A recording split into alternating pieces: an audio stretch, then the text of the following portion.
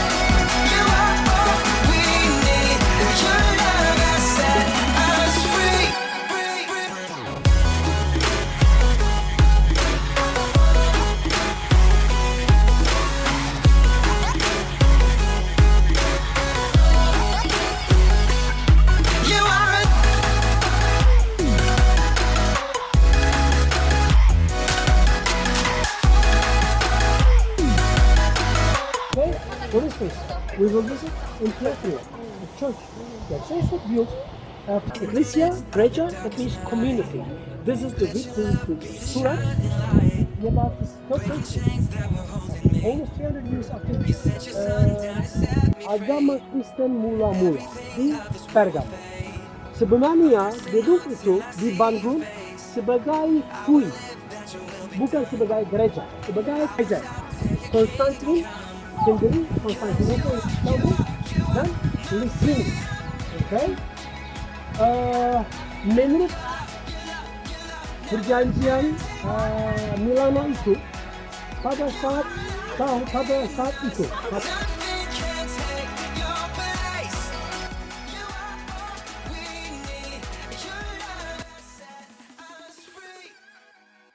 saat ini kami sudah ada di Jemaat Pergamos, di mana penglihatan Yohanes di Pulau Patmos mengenai 7 jemaat di Kitab Wahyu. 7 jemaat lambang daripada keadaan orang Kristen hari ini di akhir zaman. Salah satunya yaitu di Pergamos tempat saya berdiri. Saya bacakan firman Tuhan dalam Wahyu 2 ayat 13. Aku tahu di mana engkau diam, yaitu di sana, di tempat takhta iblis. Dan engkau berpegang kepada namaku, dan engkau tidak menyangkal imanmu kepadaku. Juga tidak pada zaman Antipas, saksiku yang setia kepadaku, yang dibunuh di hadapan kamu, di mana iblis diam. Rupanya jemaat di Pergamos, mereka tinggal di takhta iblis. Karena waktu itu Pergamos dikelilingi sama kuil-kuil Yunani, Zeus, Athena, dan sebagainya. Dan bahkan tempat takhta iblis, di mana mereka mempersembahkan semua korban-korban kepada dewa Zeus. Dan mereka dikelilingi sama orang-orang penyembah berhala. Itu sebabnya jemaat di Pergamos adalah jemaat yang kompromis kepada lingkungan. Dari jemaat di Pergamos ini telah mengajarkan kepada kita untuk kita jangan tersesat kepada lingkungan. Untuk kita harus menjaga pergaulan kita. Sebab 1 Korintus 15 ayat 33, janganlah kamu sesat pergaulan buruk merusak kebiasaan yang baik. Kebiasaan kita jadi rusak karena pergaulan yang salah. Mari tolong dianalisa, apakah teman kita ini positif atau negatif? Sebab persahabatan kita ini menentukan masa depan kita. Persahabatan negatif, masa depan negatif. Persahabatan positif, masa depan positif. Yang menjadi pertanyaan, dari mana saya tahu apakah teman saya sekarang ini, sahabat saya sekarang ini negatif atau positif? Gampang dengan melihat apakah kebiasaan buruk kita makin bertambah atau kebiasaan buruk kita makin berkurang. Kalau hari ini kita makin sakit-sakitan, kalau ngutang sana ngutang sini, nyakitin orang, kalau kita nggak lagi mencapai target, kalau kita nggak lagi punya waktu sama keluarga atau nggak berjalan dalam kesucian. Saya bisa pastikan teman-teman kita, teman-teman negatif. Namun sebaliknya, kalau hari ini kita punya perkataan membangun, kita punya waktu sama keluarga, kita selalu mencapai target, kita bahkan sayang sama orang-orang di sekitar kita, kita makin langsing atau sehat, dan kita juga nggak ngutang sana ngutang sini. Saya bisa pastikan teman-teman kita ada teman-teman positif. Bahkan sebelum Adam jatuh dalam dosa, Tuhan ngomong sama Adam dalam Kejadian 2 ayat 18 bahwa aku akan menjadikan kau penolong yang sepadan baginya. Berarti kita bisa melihat manusia tidak akan pernah maksimal, manusia tidak akan pernah produktif, bahagia kalau dia tidak punya teman sepadan, teman yang sekualitas. Adam sudah diberitahu untuk jangan bergaul dengan teman yang tidak sekualitas. Adam malah mengizinkan bergaul dengan teman yang tidak sepadan, itu si iblis atau si ular. Akhir dosa hadir dalam diri manusia. Seharusnya dosa tidak perlu ada di dunia ini seandainya waktu itu Adam tidak mengizinkan bergaul dengan teman yang tidak senilai. Satu gambaran, teman-teman, kalau kita mau punya masa depan yang baik, mari kita berani tega meninggalkan teman-temanmu yang suka komplain, teman-temanmu yang hidup di masa lalu, teman-temanmu yang selalu bikin alasan, bahkan mungkin teman-temanmu yang pesimis, teman-temanmu yang sering kali jatuh dalam dosa, hidup dalam dosa. Ketika kita berani meninggalkan mereka, maka kita nggak usah khawatir. Kita lahir keluarga miskin, kita nggak sepintar dengan yang lain, mungkin kita nggak kaya dengan lain. Maka kalau kita bergaul dengan orang-orang produktif, orang-orang positif, yang nothing jadi something, yang zero jadi hero, yang minus jadi surplus. Salam dari Pergamos, jemaat yang ada di Asia Kecil. Tuhan memberkati.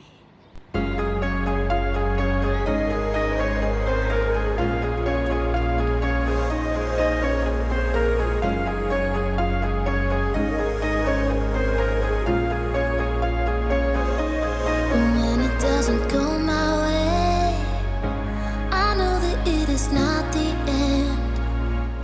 I'm trusting you have better plans I haven't even dreamt of yet. I know that you will for me when everything's against me. I put all my hope in you, Jesus. I will trust you. I will trust you. I know you never fail. I will trust you, Jesus. I will.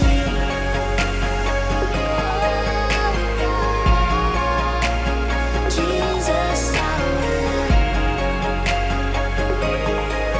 Can we sing? I don't know how the story ends, but I know that you finished it. I close my eyes and just let go and fall into my only hope. There's safety in the falling when I surrender fully. I put all my hope in you, Jesus. Jesus, I will trust you. I will trust you. I know you never fail. I will trust you, Jesus. I will. I will. Oh, Jesus, I will. I will. The only thing I know is, God, you're in control in every little detail. You are close. I'll never be alone. And here in the unknown, the power of your presence fills my soul. Now everything I know is, God, you're in control in every little detail. Baik, kita sudah ada saat ini di Hierapolis, atau tempat di mana para orang-orang kaya dan kaisar mereka mendirikan komplek perumahan mereka di atas gunung di daerah kota Pergamus untuk mempertahankan hidup mereka dari serangan musuh. Dan seandainya musuh menyerang kota Pergamus, maka rakyat-rakyat jelata pun mereka pada lari dan berlindung di kota ini, di mana dibangun pada waktu zaman Yunani, dan kemudian orang-orang Romawi lah yang menguasai akhirnya daerah ini. Dan kita tahu sekarang tempat ini menjadi puing yang sudah tidak ada lagi bangunan yang terlihat karena rata akibat dari perang dan juga akibat dari gempa bumi. Dan kita bisa melihat betapa cantiknya kota ini ketika kita lihat dari atas. Bangunan yang masih bisa kita foto, tersisa yang ada. Live a better life.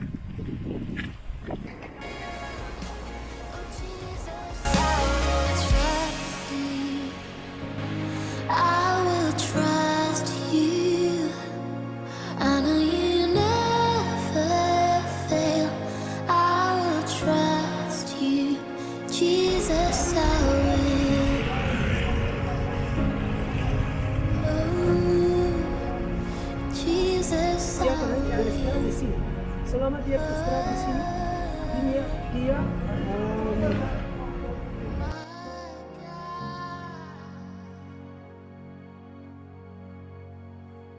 Saat ini kami sedang ada di jemaat yang keempat, yaitu jemaat Tiatira, di mana firman Tuhan berkata dalam Wahyu 2 ayat 18, dan tuliskanlah kepada malaikat jemaat di Tiatira, inilah firman Allah yang matanya bagaikan nyala api dan kakinya bagaikan tembaga.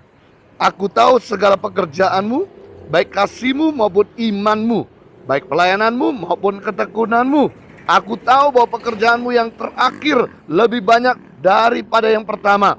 Tetapi aku mencela engkau karena engkau membiarkan wanita Isabel yang menyebut dirinya nabiah mengajar dan menyesatkan hamba-hambaku supaya berbuat zina dan makan persembahan berhala. Ternyata jemaat di Tiatira ini adalah jemaat yang baik dalam pelayanan kasih maupun dalam iman, dalam ketekunan maupun dalam pelayanannya.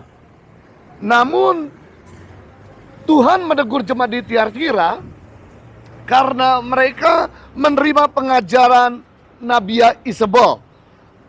Berarti kita bisa melihat bahwa jemaat Tiatira membiarkan pengajaran palsu untuk masuk di dalam jemaat mereka. Menjelaskan bahwa ternyata Tuhan ini sangat keras kepada pengajaran penyesatan atau pengajaran sesat. Seringkali kita ini mentoleransikan pengajaran sesat daripada kita mentoleransikan orang jatuh dalam dosa. Kita lebih suka menghakimi orang kalau jatuh dalam dosa, menyingkirkan mereka, membuang mereka jauh-jauh dari pelayanan kita ataupun dari hidup kita.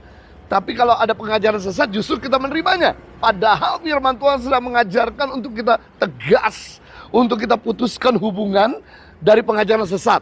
Bahkan Yesus sendiri pernah mengajarkan bahwa dalam Matius 18 ayat 6, tetapi barang siapa menyesatkan salah satu dari anak-anak kecil ini yang percaya kepadaku, lebih baik baginya jika sebuah batu kilangan diikatkan pada lehernya, lalu ia ditenggelamkan ke dalam laut.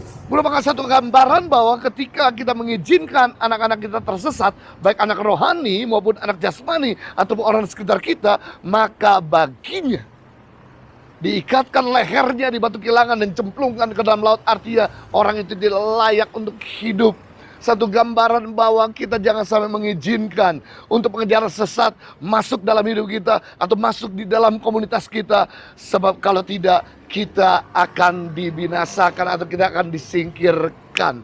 Itu sebabnya penting sebagai gereja atau sebagai jemaat atau sebagai anak Tuhan, kita harus betul-betul bisa menggali firman Tuhan, mempelajari firman Tuhan, menghidupi firman Tuhan.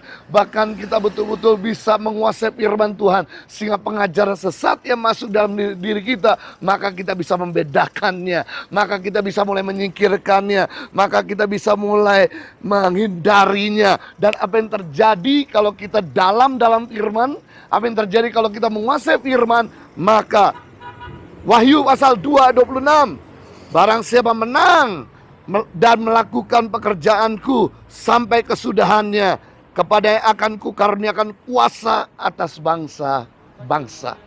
Berarti buat mereka yang menang terhadap pengajaran sesat, yang tegas kepada pengajaran sesat, yang tidak kompromis dengan pengajaran sesat, maka kepadanya diberikan kuasa atas bangsa-bangsa. Arti kuasa artinya tanda-tanda heran, tanda-tanda ajaib akan menyertai setiap orang-orang yang tidak kompromis dengan pengajaran sesat.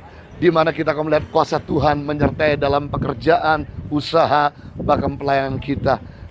Setiap hari kita akan dalam mujizat dan kuasa Tuhan. Dimanapun kita berada, nama Tuhan ditinggikan. Salam dari jemaat di Tiatira, Turki. Tuhan memberkati.